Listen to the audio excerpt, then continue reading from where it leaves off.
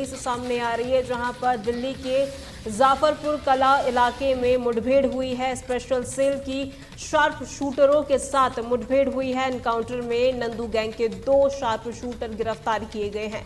दोनों बदमाशों के पैर में गोली लगी है। इस वक्त की बड़ी खबर हम आपको दिल्ली से बता रहे हैं, जहां पर जाफरपुर कला इलाके में देर रात दिल्ली पुलिस की स्पेशल सेल और नंदू गैंग के 2 कुख्यात शार्प शूटरों के साथ मुठभेड़ हुई है। ये ऑपरेशन गुप्त सूचना के आधार पर शुरू किया गया था, जिसमें पुलिस को जानकारी मिली थी कि नंदू गैंग के 2 अपराधी इस क्षेत्र में किसी बड़ी वारदात को अंजाम देने की फिराक में है।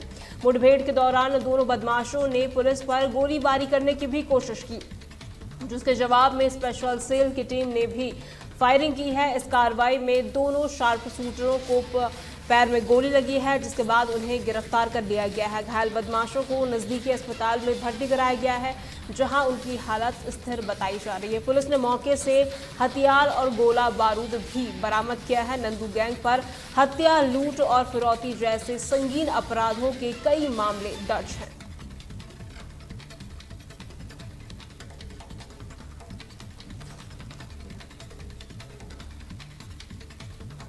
एयर इंडिया के विमान में तकनीकी खराबी आई है। इस वक्त की बड़ी अपडेट हम आपको दे रहे हैं, जहां पर इंदौर जाने वाली फ्लाइट वापस दिल्ली लौटी है। विमान AI-2913 के इंजन में तकनीकी खराबी आई है। इस वक्त की बड़ी अपडेट हम आपको दे रहे हैं, जहां पर दिल्ली से इंदौर जा रही एयर इंडिया की फ्लाइट AI-2913 को उड़ान भरने के कुछ समय बाद ही तकनीकी खराबी के कारण वापस दिल्ली लौटना पड़ा। सूत्रों के अनुसार विमान के कॉकपिट क्रू के इंजन में आग के संकेत मिली, जिसके बाद पायलट ने तुरंत आपातकालीन प्रोटोकॉल का पालन करते हुए विमान को दिल्ली के इंदिरा गांधी अंतर्राष्ट्रीय हवाई अड्डे पर सुरक्षित लैंड कराया।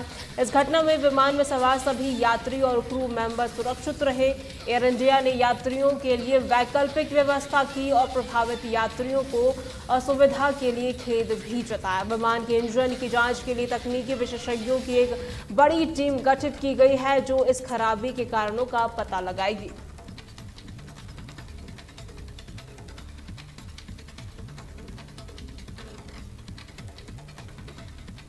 देहरादून की ओर रुख कर लेते हैं। बता दें, भ्रामक खबर फैलाने वाले पर पुलिस का सख्त एक्शन देखने को मिला है। 3 स्पेशल मीडिया पेज के पोस्ट को संचालकों पर केस दर्ज किया गया है। पेज के पोस्ट के संचालकों के खिलाफ मुकदमा दर्ज किया गया है।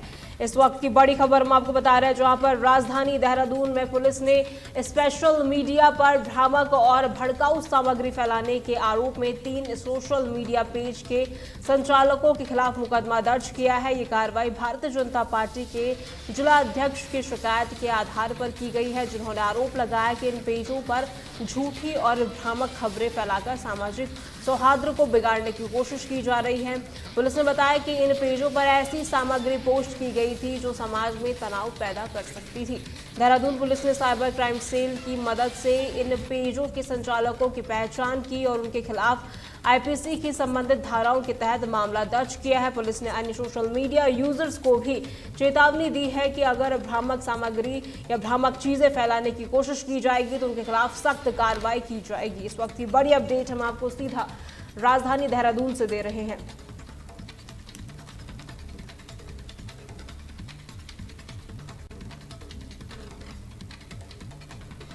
संभल में बीकानेर रेस्टोरेंट में खाद्य विभाग का छापा पड़ा है। इस वक्त की बड़ी अपडेट हम आपको दे रहे हैं, बड़ी खबर हम आपको बता रहे हैं, जहां पर छापे के दौरान खाने की चीजें एक्सपायर मिली हैं।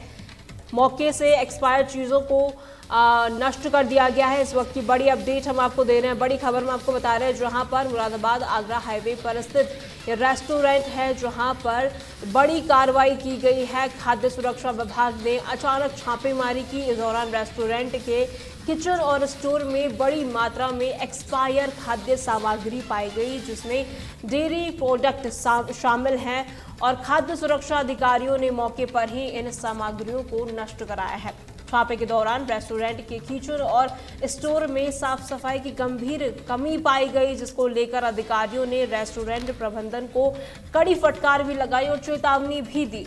जांच के लिए कई खाद्य पदार्थों के सैंपल लिए गए हैं, जिन्हें लेबोरेटरी में भेजा गया है, परीक्षण के लिए भेजा गया है। खाद्य सुरक्षा विभाग ने रेस्टोरेंट के खिलाफ नियमानुसार कार्रवाई शुरू कर दी है और नियमित जांच का आदेश भी दिया है।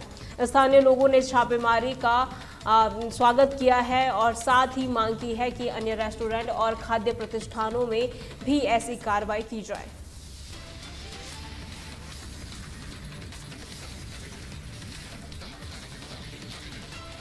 ब्रेकिंग न्यूज में फिलहाल के लिए इतना ही। खबरों के लिए बने रहें तहलका डिजिटल के साथ।